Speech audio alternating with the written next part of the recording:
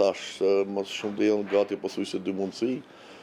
Njëra është që të kemi një koalicion të madh midis partisë fituese dhe një partisë së madhe opozitare për krijuar stabilitet, dhe tjetra është që opozita ta krijojë qeverinë e re, por gjasat e mëdha janë që Kosova ka hyrë në një fazë të jo stabilitetit institucional që mund ta ndjek madje deri vitin e ardhshëm kur do të kemi zgjedhjen për presidentën, që edhe aty përsëri mund të kemi një ngërç institucional.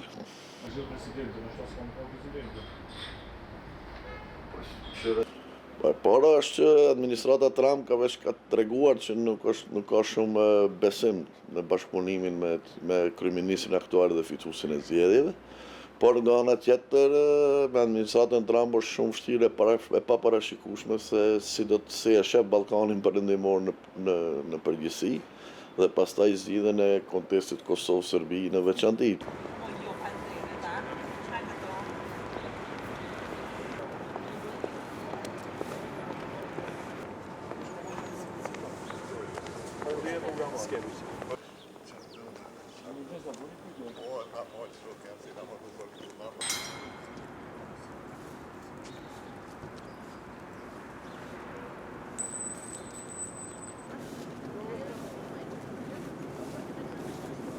Na ja kemi dhënë ne shtymi e kësaj qeverie që let punon. Jo, apet e dënon populli.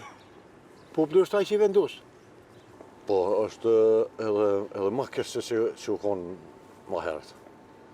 Do më thonë, vetëm partitë opozitore do të më morë shtetin për më konë me Amerikë, me Angli, me shtetet evropiane e kështu.